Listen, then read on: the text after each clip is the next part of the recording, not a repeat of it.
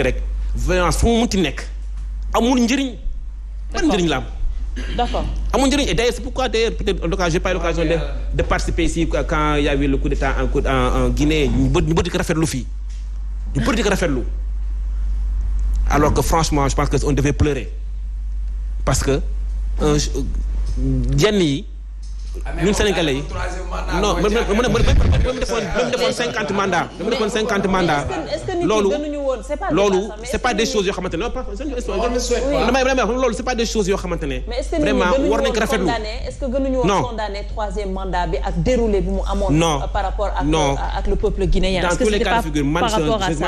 c'est un démocrate le choix du peuple c'est le choix du peuple on peut pas se réjouir de certaines situations mënuñ ci réjouir c'est pas possible en tant que sénégalais xam ni démocratie xam fu réew mi jaar xam fi ñu jaar ñun tey pour am suñu démocratie bi ñu am tey jii fii avec nos textes et tout on peut pas se réjouir d'une telle situation que ce soit au Mali ou en Guinée ou ailleurs. On a l'impression quand même que violence boobu noonu dafa devenir monnaie courante par rapport ak sur le champ politique. Sur le champ politique et même social. Oui. Et sur le champ politique et même social. Et amul benn Sénégalais bu bëgg réew mi buy cautionner loolu la violence sous quelque forme qu'elle soit parce que personne n'est à l'abri. Bu fekkente ne da nga koy gis ci télé bi ñu koy wane ci réseaux sociaux yi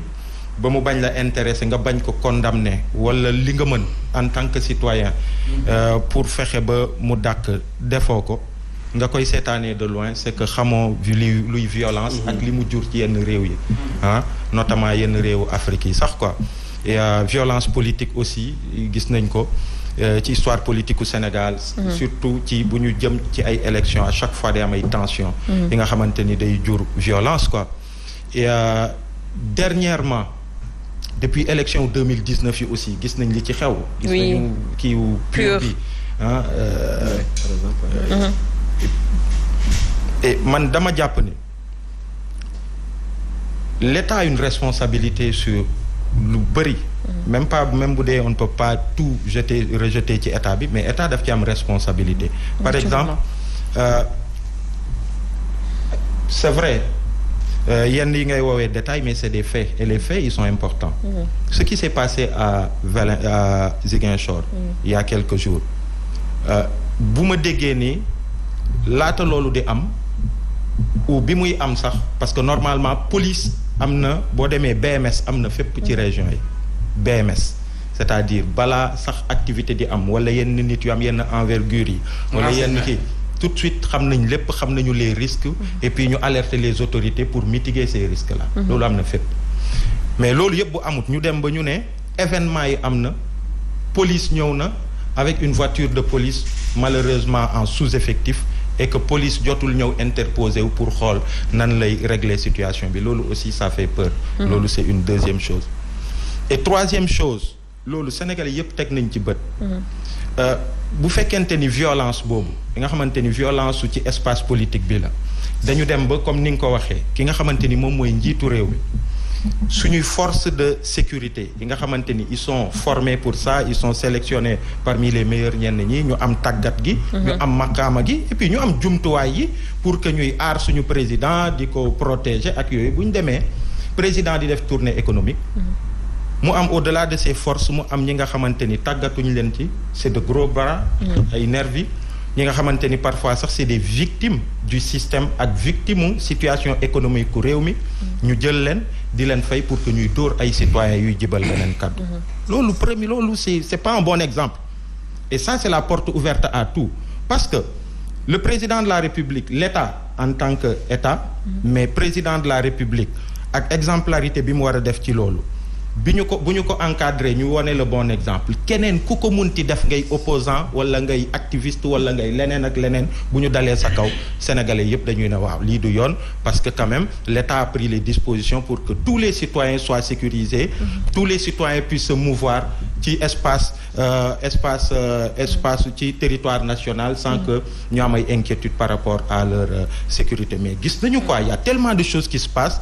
te yenn yi nga xamante ni ñi nga xamante ni ils sont des acteurs ñu joxoñ leen ay images wone leen ay vidéos ñu wone leen ñu doon ñi nga xamante ni dañu bokk parfois dans la majorité bokk ci nguur gi et que mu am ce sentiment d'impunité et même ces gens finalement ils se disent bu dee am na ñi nga xamante ni ils le font pour plaire au président bu ñu ko defee benn yoon ñaari yoon on voit que du mujj fenn comme li xew par exemple Malicounda impunité boobu on a l'impression que ça favorise un peu li xew Malicounda mais loolu exemple patent la c'est-à-dire man gis naa vidéo un citoyen sénégalais déplacé wu di dem ci gox bi nga xamante ni ci réew mi la bokk mu am ñu jóg ne ko doo fi dugg ñu koy xëpp suuf xotti yërëm dóor ñi mu àndal ba hôpital la fanaan keroog mu génn ak incapacité de travail yu 5 jours kooku mu xëy ne man dañ ma tooñ citoyen là devant ma gendarmerie et la gendarmerie ne s'est pas interposée kooku mu xëy mu dem mu def plainte ils ont eu même la possibilité am ay tour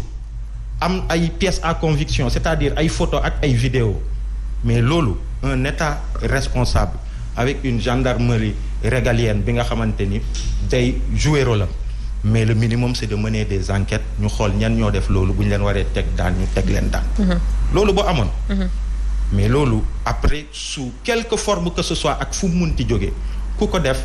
buñ la ci sanctionner rek dañ la war a sanctionner parce que loolu mooy yoon mais malheureusement c'est pas le cas et quand tu vois les événements de Ziguinchor aussi tu t'en désoles te yeggaguñ ci élection yi sax yëf yi mu ngi toll fii tu te dis fan lañ jëm et donc man loolu laa amoon li ma ciy wax et leneen li sur les détails par rapport à Ziguinchor parce qu'on a bien suivi man jotuma ci wax dara dama doon déglu les différents acteurs